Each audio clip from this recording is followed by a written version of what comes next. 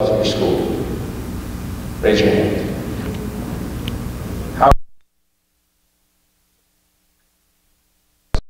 This is half. How many of you don't? Okay, that means the rest of you don't go to school. How many of you are homeschooled? Of course, okay. Well, don't use what I've just said on your parents, okay? Because I suspect if you're being homeschooled and you're here, your parents are pro-life. But when you're homeschooled, when you go off to university, you're going to have plenty of opportunities. And I say that our homeschoolers are our secret weapon. Because they keep telling their lies about what the homeschooler kids are like, right? You've all heard them, correct? And does that apply to you? But you want them to think that. You want the opponent to think that you're, as Muhammad Ali said, you want to rope-a-dope your enemy. So if they let them have all of their prejudice, so when they get knocked out, they don't know where it came from.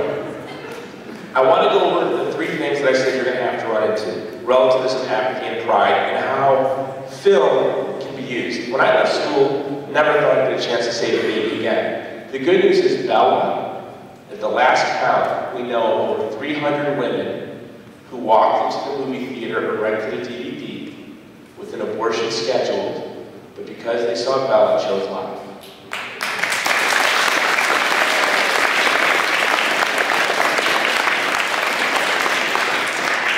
And our goal was just one baby. That was our Academy Award. We wanted one baby. So when you graduate, you'll still have opportunity. So if you want to get past relativism, apathy, and pride without confrontation, another way to do it is through art. Because Beethoven said, what comes from the heart goes to the heart. So all of the walls they put up you can use. Now your secular friends, your liberal friends, may not have read Humana Vitae, but they may have watched Bella, South Park, or Juno. So there's a good opportunity to do that for your friends.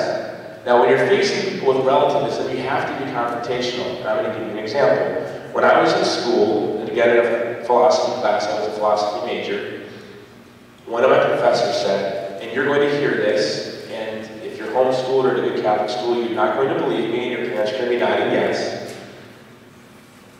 I had a professor who said, Jason, it's not that I don't think abortion is wrong or right. It's that there is no such thing as wrong or right. In fact, there's no truth. There's no moral truth. There's no ontological truth. There's no metaphysical truth. There's no truth. And so my response to this was, okay, Professor Pine, if I were to bring you a bottle of Coca-Cola, you could drink it, and if you as the subject determined it to be orange juice, it would be. He said, yes. I said, you're not just changing the label for it, but it's really that. He said, yes. I said, if I gave you orange juice and you could drink it, it would be Pepsi. He said, of course. Now, I wasn't Catholic at the time. I would have thought he had some new novel form of transubstantiation. But the next day I came to class with a grocery bag. It was a brown paper bag, and I took out a Coke bottle. I said, Dr. Pine, will you drink this and tell the class that this is orange juice? He drank it.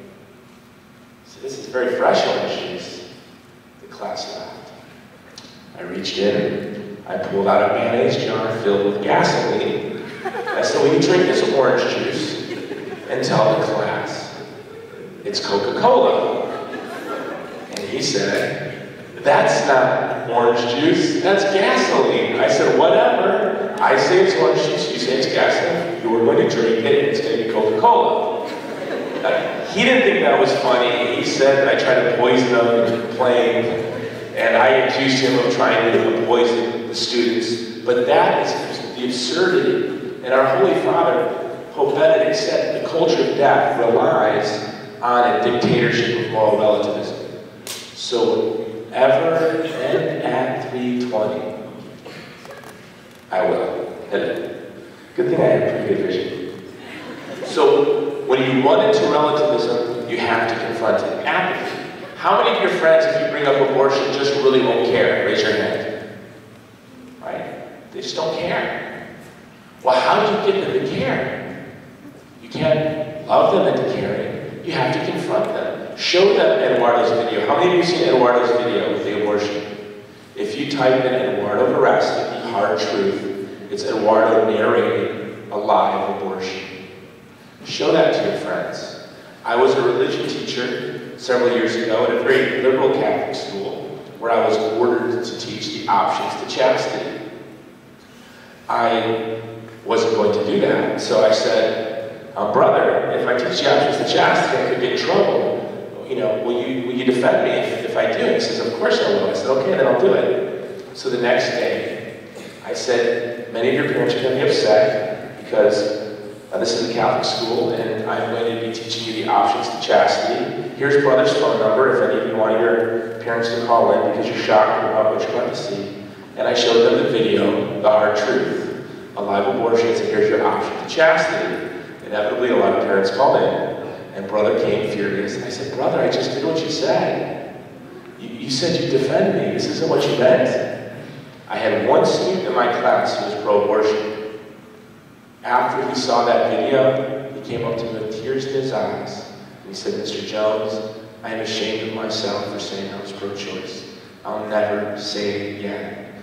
So if you have friends who are apathetic, now is the time to confront them. Because the opinions you hold as a young person are probably going to be the opinions you hold for the rest of your life.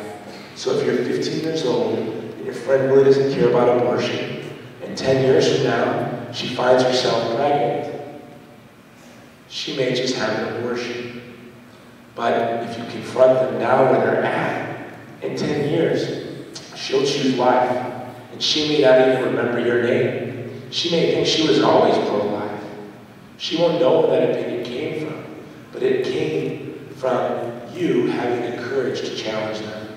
Now, pride. I was very prideful. I was an atheist my first 15 years in the pro-life movement. And when my Christian friends came to challenge me, I would be very aggressive. And I would look at them and size them up and look for their faults and their flaws. And I was very proud. And it wasn't until a man had the courage to prick my conceit and humble me that I could look at the Christian faith and the Catholic Church objectively and eventually become Catholic. So if you have friends who are proud, don't be discouraged, don't be intimidated, do your homework, and challenge them. I want to show you one more video.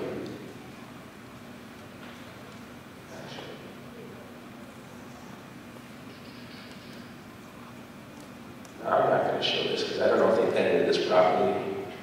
I haven't checked it. The last time I showed it, last time I showed that I thought it was edited, I got in big trouble.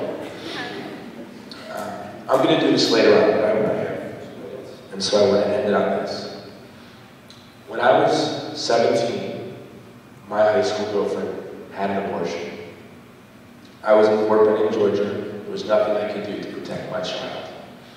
I've been away from my family now for 7 days, in the United States 7 days. And the only reason that I do it is because I hope that if once a year all my traveling and talking leads one person to choose life, or maybe only once in my life, it leads one person to choose life, it makes all that time worth it. Every day you have an opportunity to stand up for human dignity. Most people don't have the courage to do it. Martin Luther King was asked before he was assassinated where he got the courage to stand up. He said he didn't know. He did it once by mistake. He did it again. And before he knew, it was a habit. I want to ask each and every one of you if you can do two things. Number one, promise that you will never, ever, ever have an abortion. And two, that anytime you hear somebody undermine the dignity of another human being because of their ethnicity, because of their religion, because they're elderly, disabled, or child in the womb. If you can make that promise, and that you will never vote for a candidate who supports abortion, if you can make that promise right now, stand up.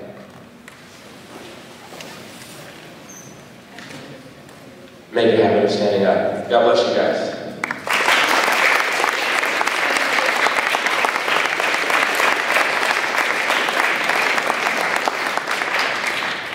I just tricked you. I bet a guy $10 and did a standing ovation.